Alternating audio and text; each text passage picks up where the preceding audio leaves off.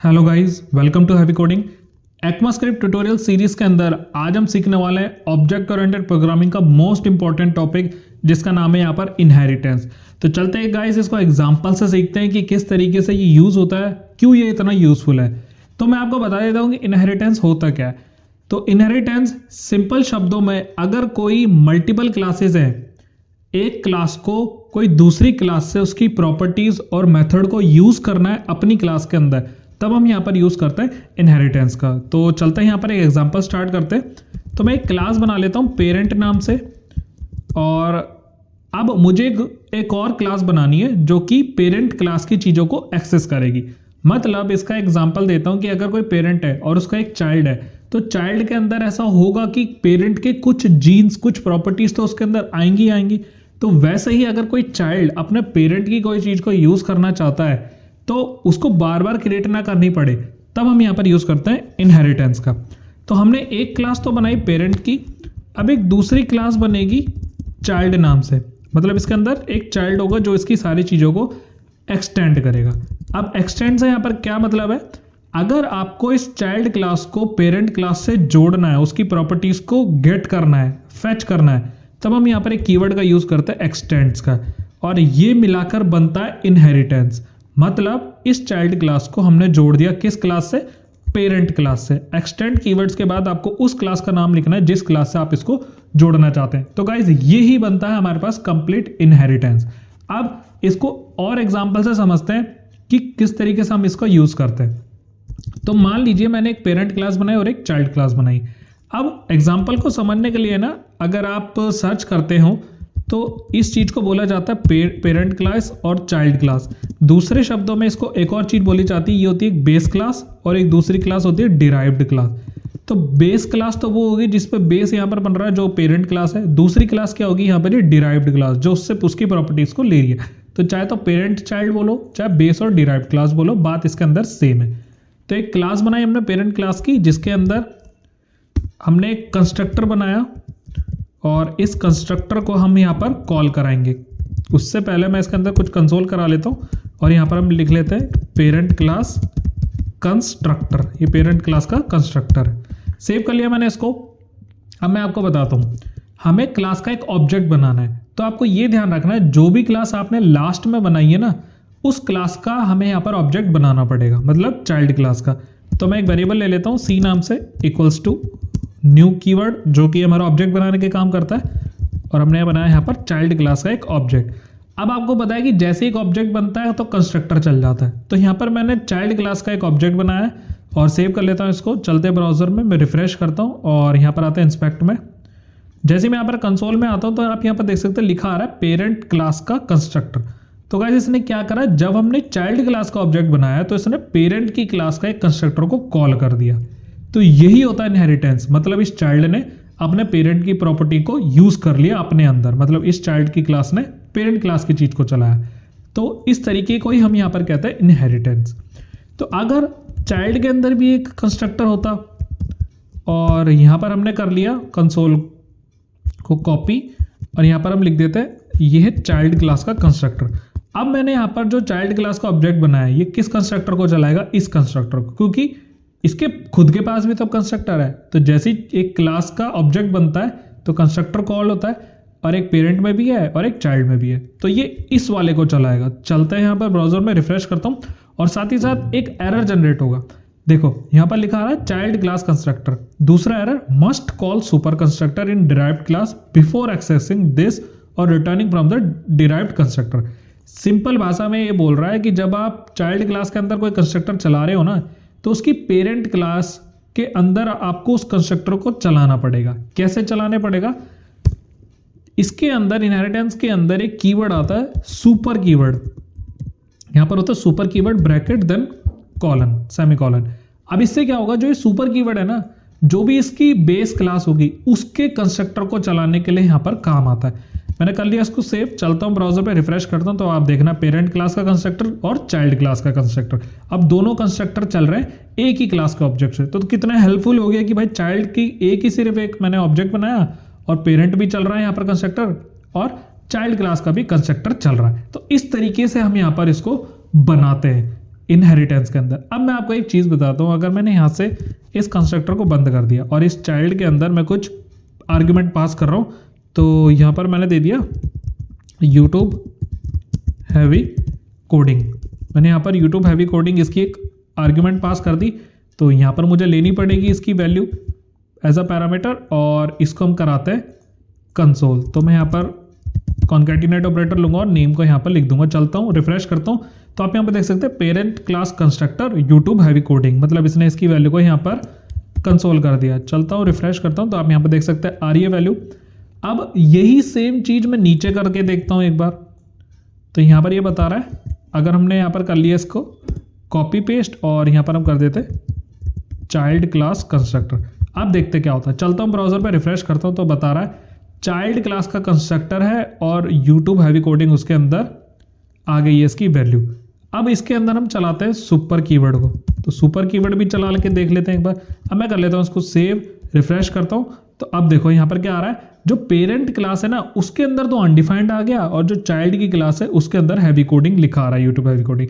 क्यों ऐसा हुआ? क्योंकि हमने चाइल्ड क्लास का ऑब्जेक्ट बनाया था, तो सबसे पहले उसी कंस्ट्रक्टर को पकड़ूंगा और इसके अंदर इसने वैल्यू को डाल दिया और यहाँ पर इसने कंसोल करा दिया। अब सुपर से तो क्या हुआ, सिर्फ एक कंस्ट्रक्टर कॉल हुआ बट उसके अंदर वैल्यू नहीं गई। तो अब इसमें क्या है कि जिस क्लास का ऑब्जेक्ट बनेगा उसके अंदर यहाँ पर ये वैल्यू जा रही है। अब हम यहाँ पर क्या करते हैं, एक कंस्ट्रक्टर बनाऊंगा, उसके अंदर की वैल्यू को बाकी के मेथड्स में बनाएंगे, यहाँ पर प्रोटोटाइप मेथड्स में। तो मैं यहाँ पर ये नेम है, यहाँ से मैंने वैल्यू ली है नेम की और यहाँ पर ही करा दिए प्रिंट। तो एक बार वापस चलते, रिफ्रेश करता हूँ, parent class constructor YouTube heavy coding, इसको भी एक वेरिएबल में डाल लेते हैं। तो मैं यहाँ पर कर लेता हूँ चैनल नेम, चैनल नेम नाम से एक वेरिएबल ले लिया और इसके अंदर इस वैल्यू को असाइन कर दी। अब जब भी हमें इसको यूज़ करनी है तो कैसे, this dot channel name object बनेगा, this dot channel name. Refresh करता हूँ तो बिल्कुल सेम वैल्यू आ रही है।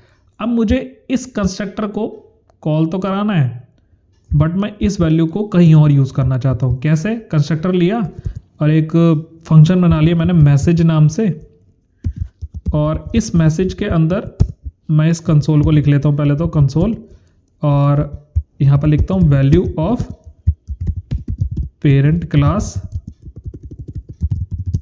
कंस्ट्रक्टर, छोटा ही लिख रहा हूँ मैं यहाँ पर। अब कैसे करेंगे इसको, दिस डॉट चैनल नेम, ऊपर वाले कंस्ट्रक्टर की वैल्यू क्योंकि इस वेरिएबल के अंदर है और करंट क्लास के अंदर तो मैं एक्सेस कर सकता हूँ उसको। तो अब ये मैसेज के अंदर इस चैनल नेम को यहाँ पर प्रिंट कराएगा, बट वो होगा कैसे, हमें इस मेथड को भी तो कॉल कराना है। तो मेथड कैसे कॉल होगी, सिंपली ऑब्जेक्ट से। तो मैं यहाँ पर कर लेता हूँ c dot message brackets then semicolon, मैंने यहाँ पर कर लिया। चलता हूँ, सेव करता हूँ, रिफ्रेश करता हूँ, तो देखो पेरेंट क्लास का कंस्ट्रक्टर और लिखा रहा है value of parent class constructor YouTube heavy coding. तो देखा आपने किस तरीके से हमने इसके अंदर कंस्ट्रक्टर की वैल्यू को यहाँ से डाला, चाइल्ड क्लास से मैंने पेरेंट क्लास का कंस्ट्रक्टर चलाया, यहाँ पर जो चल रहा है उसके अंदर एक वेरिएबल डाला, उसकी वैल्यू डाली और एक मैसेज नाम का मेथड चलाया।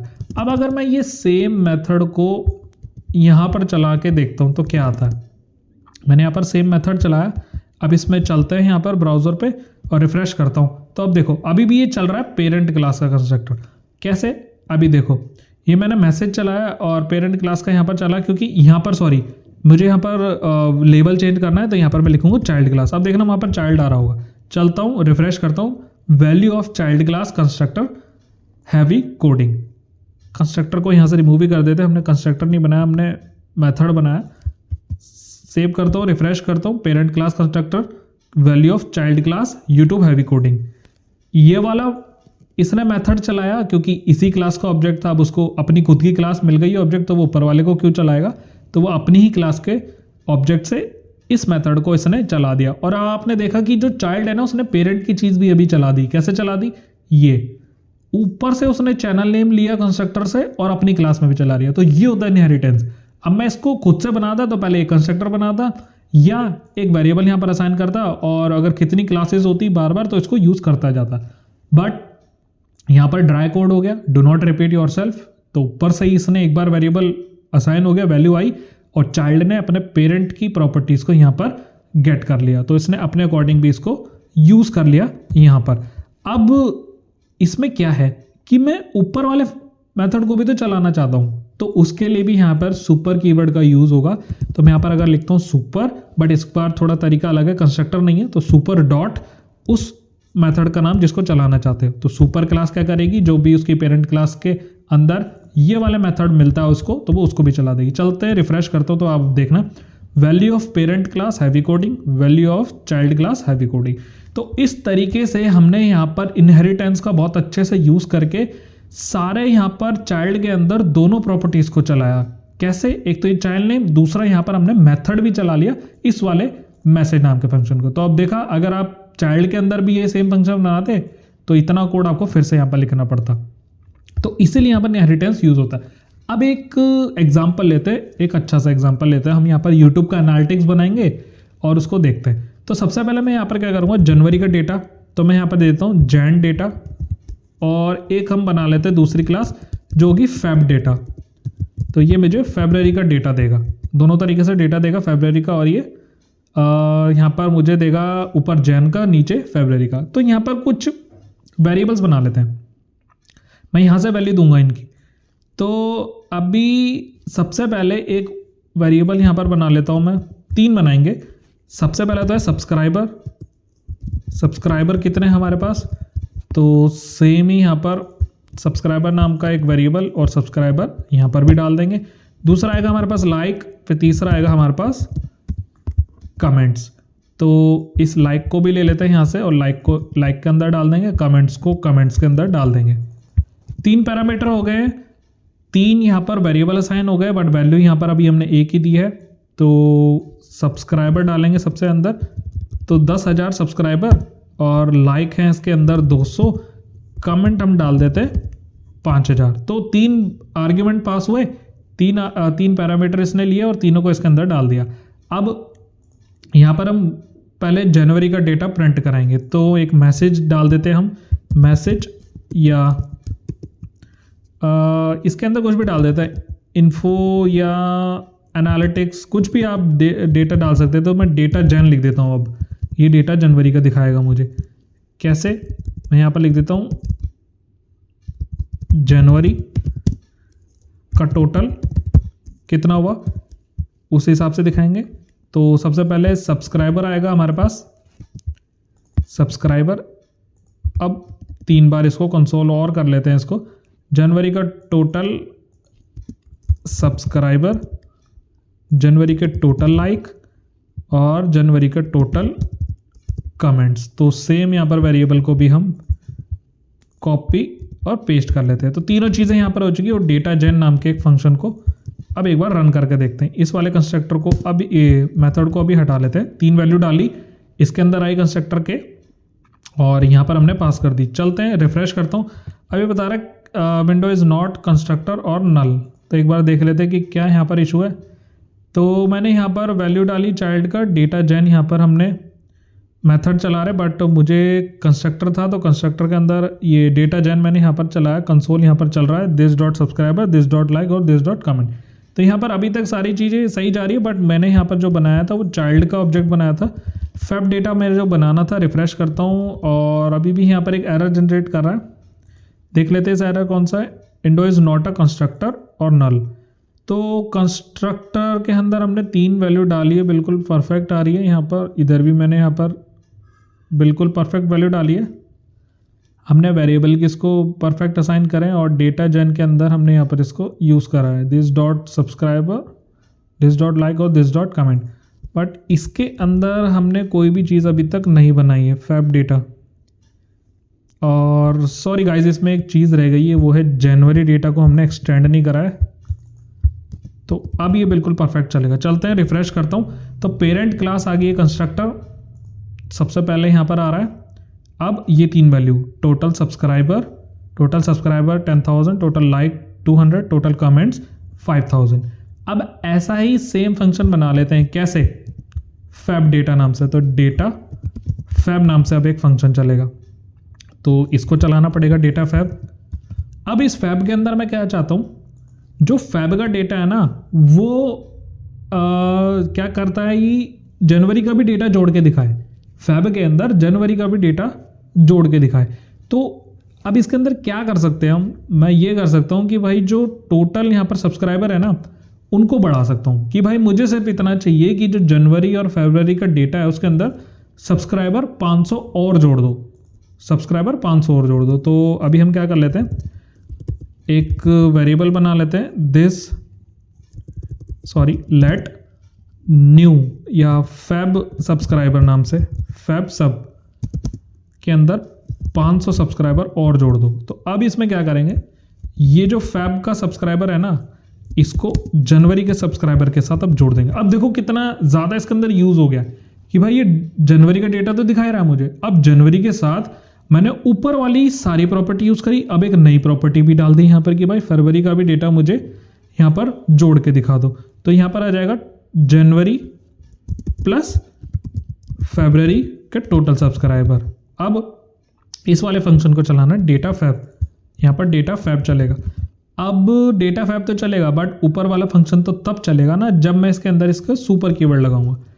तो यहाँ पर इसका भी नाम थोड़ा चेंज करना पड़ेगा, फरवरी फरवरी फरवरी और यहाँ पर हम कर देते हैं जनवरी। तो फैब और जैन का डेटा, ऊपर से जनवरी का डेटा, और यहाँ पर हम चलते हैं सुपर कीवर्ड का यूज़ करते हैं, सुपर डॉट डेटा जैन का डेटा हमें यहाँ पर चलाना है और साथ ही साथ नीचे आएगा फरवरी का। चलता हूँ रिफ्रेश करता हूँ। अब आप देखना पेरेंट क्लास कंस्ट्रक्टर ये जो आ ही रहा है इसको मैं हटा ही देता हूँ, ये यहाँ से हो जाएगा। और चलता हूँ रिफ्रेश करता हूँ तो जनवरी का डेटा 10,000, जनवरी का टोटल लाइक 200, जनवरी का टोटल कमेंट 5,000। अब फरवरी प्लस जनवरी डेटा तो 10,000 इसने यहाँ पर क्या करा, इसको ऐड नहीं करा बस इसने कॉन्कैटिनेट कर दिया। अब इसको ऐड कराते हैं तो फरवरी के हो गए टोटल लाइक 200, फरवरी के टोटल कमेंट्स हुए 5,000। अभी तक सारी चीज़ें सही जा रही है, हमारी ये चाइल्ड क्लास सारी चीज़ें एक्सेस कर पा रही है। बट यहाँ पर क्या हुआ, इसने कॉन्कैटिनेट इसको कर दिया है। तो हम चलते हैं यहाँ पर ब्रैकेट का यूज़ करते हैं या आप किसी तीसरे वेरिएबल के अंदर भी इसको स्टोर करा सकते हैं। देख लेते पहले इस तरीके से। चलता हूँ रिफ्रेश करता हूँ तो 10,500 इसने इसके अंदर ऐड कर दिया।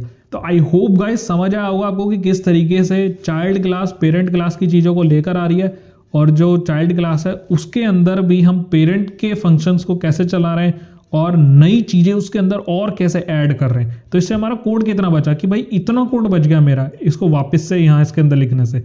तो यही चीज़ होती है इनहेरिटेंस, जिसके अंदर डिराइव क्लास बेस क्लास की चीज़ों को इनहेरिट करती है। अगर कुछ भी डाउट रहेगा तो मुझसे कमेंट सेक्शन के अंदर ज़रूर पूछना। सो इस वीडियो में इतना ही। Thank you so much.